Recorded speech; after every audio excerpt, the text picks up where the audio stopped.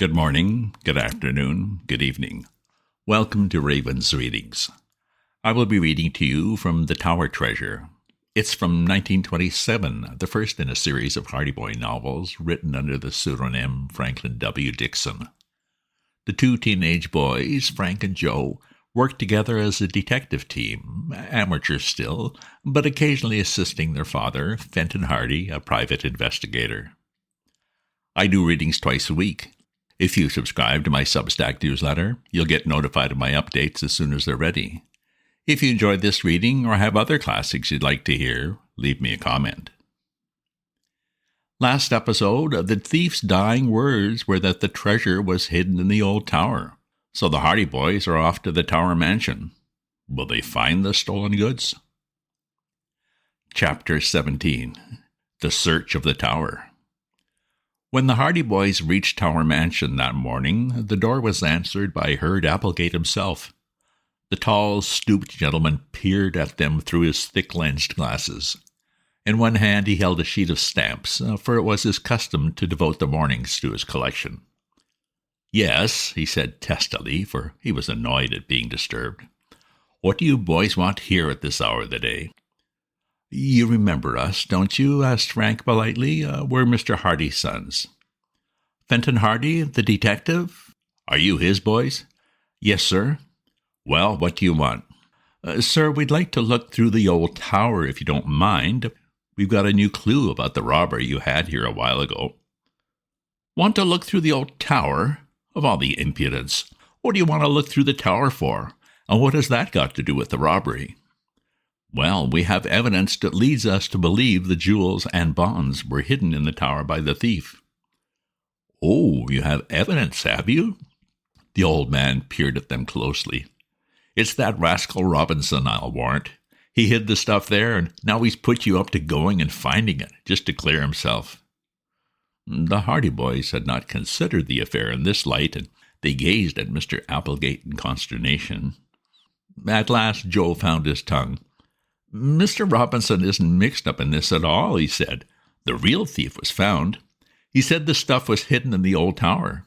If you will just let us take a look around, we'll find it for you." "Well, who was the real thief, then?" "We can't tell you just now, sir. Wait till we find the stolen goods, and we'll tell you the whole story." Mr. Applegate took off his glasses and wiped them with his handkerchief. He glared at the boys suspiciously for a few moments, and then he called out, "Adelia!" A high, cracked voice from the dim regions of the hallway answered, "What do you want?" "Come here a minute." There was a rustle of skirts, and then Adelia Applegate, maiden sister of the owner of Tower Mansion, appeared. She was a faded blonde woman of thin features, and she was dressed in a gown of a fashion 15 years back, in which every color of the spectrum fought for supremacy. "What's the matter now?" she demanded. "Can't a body sit down to do a bit of sewing without you hollering at them?" "These boys want to look through the old tower." "Oh, what for? Up to some mischief, I'll be bound." "They think they can find the bonds and jewels." "Oh, they do they?" sniffed the woman. "And what would the bonds and jewels be doing in the old tower?" "We have evidence," said Frank, "that they were hidden there after the robbery."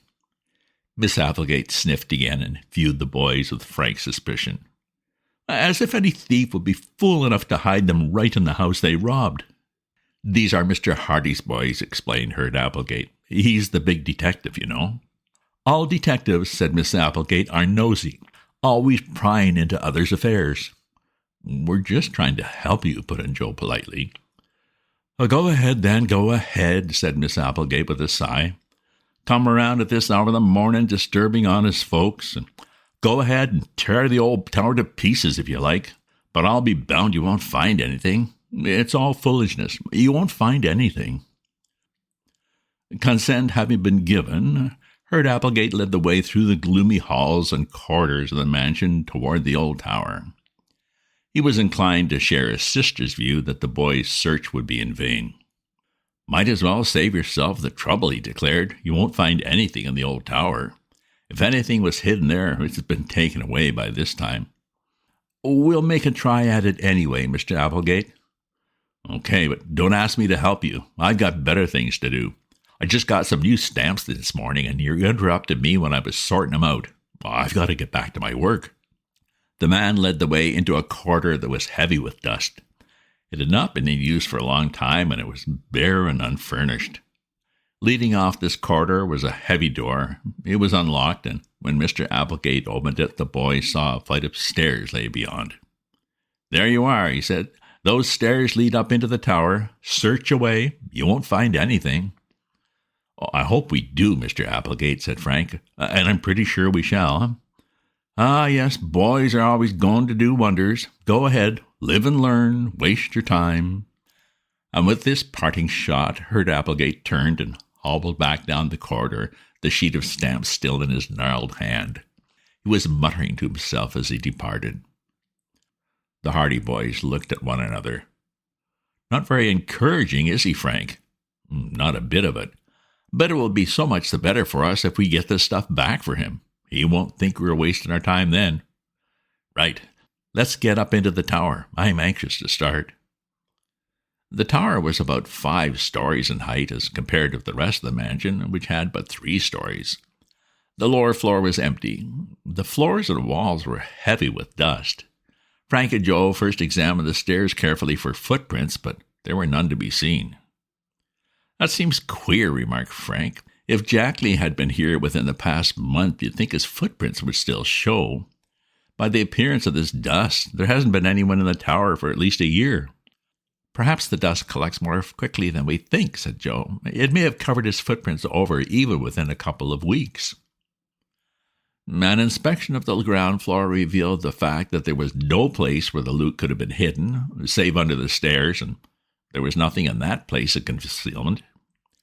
Accordingly, the Hardy boys ascended to the second floor, finding themselves in a room as drab and bare as the one they just left. Here again, the dust lay heavy, and the murky windows were thick with cobwebs. There was an atmosphere of age and decay about the entire place, and it seemed to have been abandoned for years. "Nothing here," said Frank, after a quick glance round. "On we go." They made their way up to the next floor, after again poking about under the stairs, but again without success. The next room was a duplicate of the first. It was bare and cheerless, deep in dust. There was not even the slightest sign of a hiding place. Much less was there any indication that another human being had been in the tower for years. "Doesn't look very promising, Joe. Still, he may have gone right to the top of the tower." So the search continued, until at last the Hardy boys had reached the top of the tower. Here they emerged into the open air, coming through a trapdoor that led through the roof from the upper room. They were now standing on the platform, and far below them lay the city of Bayport. To the east was Barmet Bay, the water sparkling in the sun. The platform was quite bare. The stone walls gave no opportunity of a hiding place. Their search had been in vain. "We were fooled, I guess," Frank admitted. "There hasn't been anyone in this tower for years. I knew it as soon as I saw there were no footprints." The boys gazed moodily down over the city and then over the grounds of Tower Mansion. The roofs of the mansion itself were far below, and directly across from them rose the heavy bulk of the new tower. "Do you think he might have meant the new tower?" exclaimed Joe suddenly. "Well, Dad said he specified the old one. But he may have been mistaken. In the darkness and everything, perhaps he didn't know the difference." "Well, that's possible, too. It's certain he didn't hide anything in this tower at any rate. Although, why should he say the old tower? Let's ask Mr. Applegate if we can search the new tower, too." "Oh, what a fine chance we have. He'll crow over us now in real earnest when we go back and tell him we didn't find anything. He'll say, 'I told you so.' And if we try to get into the new tower, he'll just laugh at us."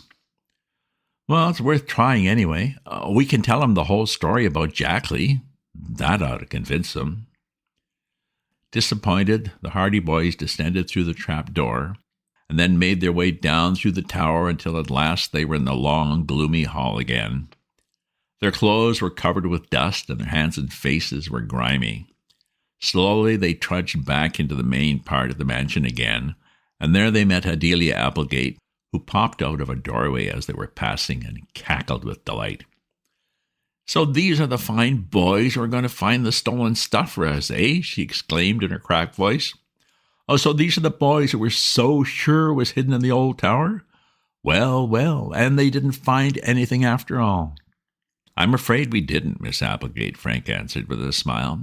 "But if you and Mr. Applegate will let us tell our story, I think we can convince you that we really thought the stuff was hidden there. Even yet, I believe it is hidden somewhere in the mansion, probably in the new tower." "In the new tower," she sniffed. "Absurd. I suppose you'll want to go poking through there now?" "If it wouldn't be too much trouble." "It would be too much trouble indeed," she shrilled. "I shan't have any boys rummaging through my house on a wild goose chase like that. You'd better leave right away and forget all of this nonsense." Her voice had attracted the attention of Herd Applegate, who came hobbling out of his study at that moment. "Now what's the matter?" he demanded. And then, seeing the boys, his face became creased in a triumphant smile. "Aha! So you didn't find anything after all." He began to chuckle, immensely pleased with himself. "I told you so." End of chapter. Chapter 18. The New Tower. "They have the audacity to want to go looking through the new tower now," said Miss Applegate in high indignation. Herd Applegate's smile vanished. "Oh, you can't do anything of the sort," he snapped. "Are you boys trying to make a fool out of me? I knew mighty well you wouldn't find anything in the old tower."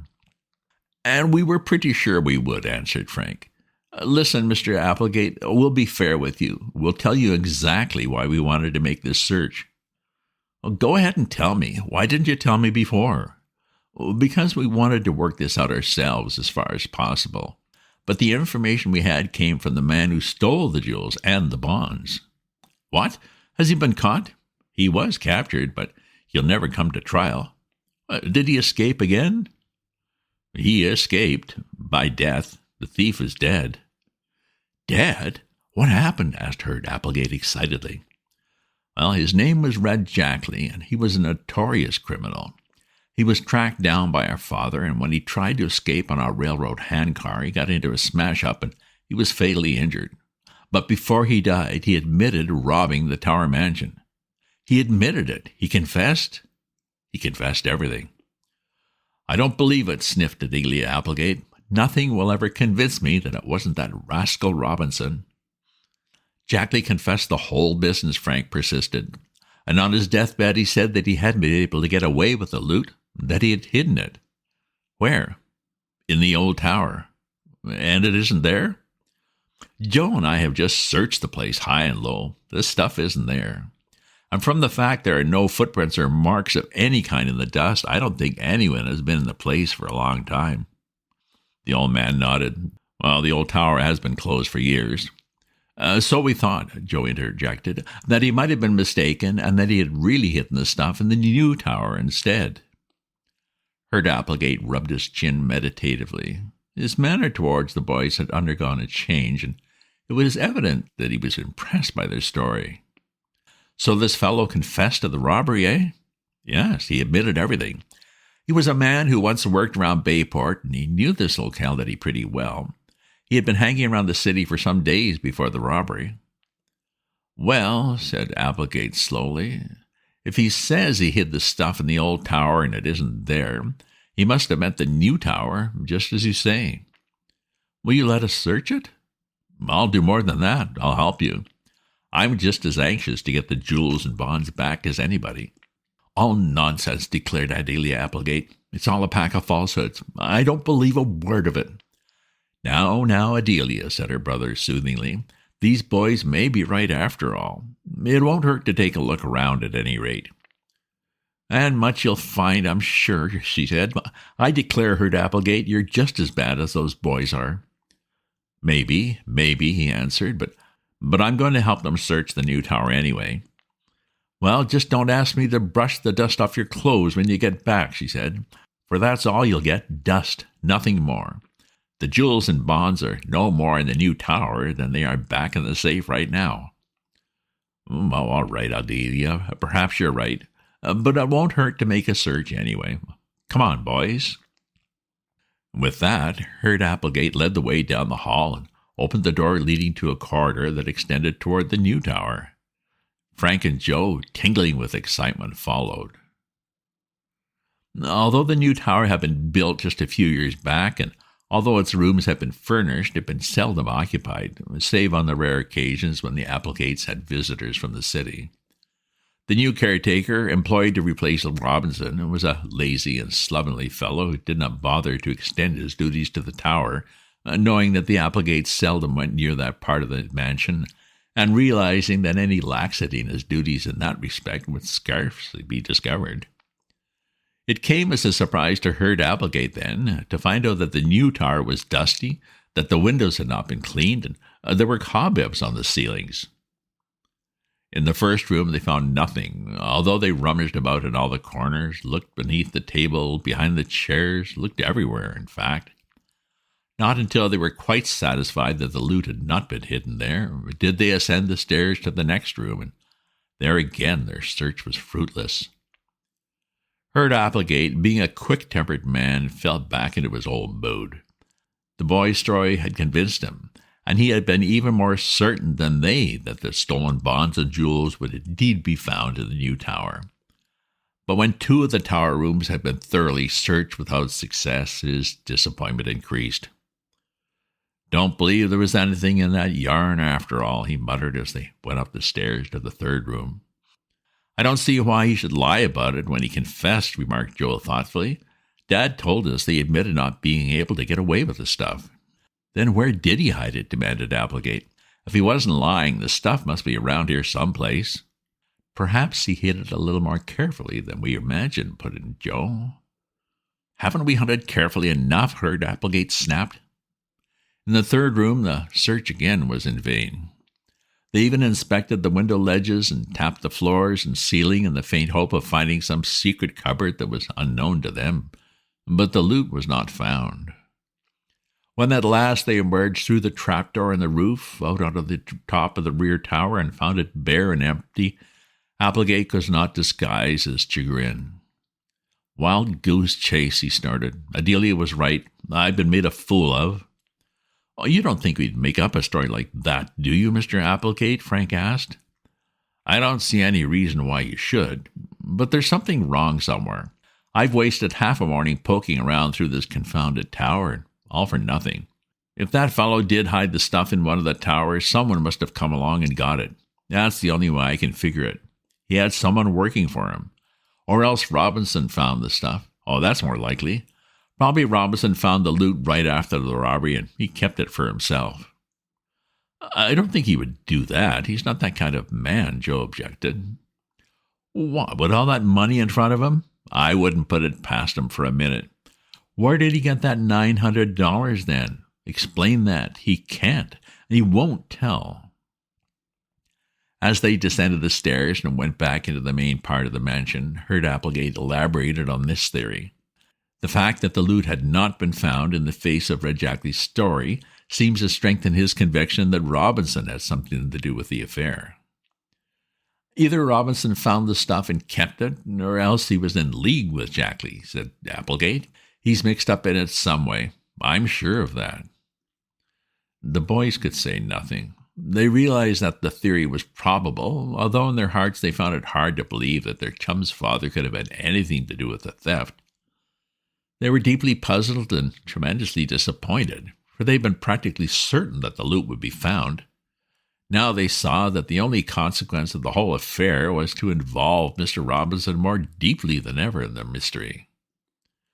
Back in the hallway, they endured the taunts of Adelia Applegate, who cackled jubilantly when she saw the searching party have returned empty-handed. "There now," she crowed. "Who's right now? Didn't I tell you it was all nonsense? Herd Applegate, you've simply been made a fool of by these 2 boys." "Now, Adelia, I think they meant well." "Meant well? Of course they meant well. And what did it gain you? They have prowled through the place all morning, and all the good that's come out of it is that perhaps you won't be so ready to believe the next cock-and-bull story someone tells you. Go back to your stamps, Herd Applegate, and let it be a lesson to you. As for you boys, you should be ashamed of yourselves, disturbing folks like this." Whereupon she escorted the Hardy boys to the door, while Herb Applegate, muttering sadly to himself, went back to his study with a puzzled air. End of episode.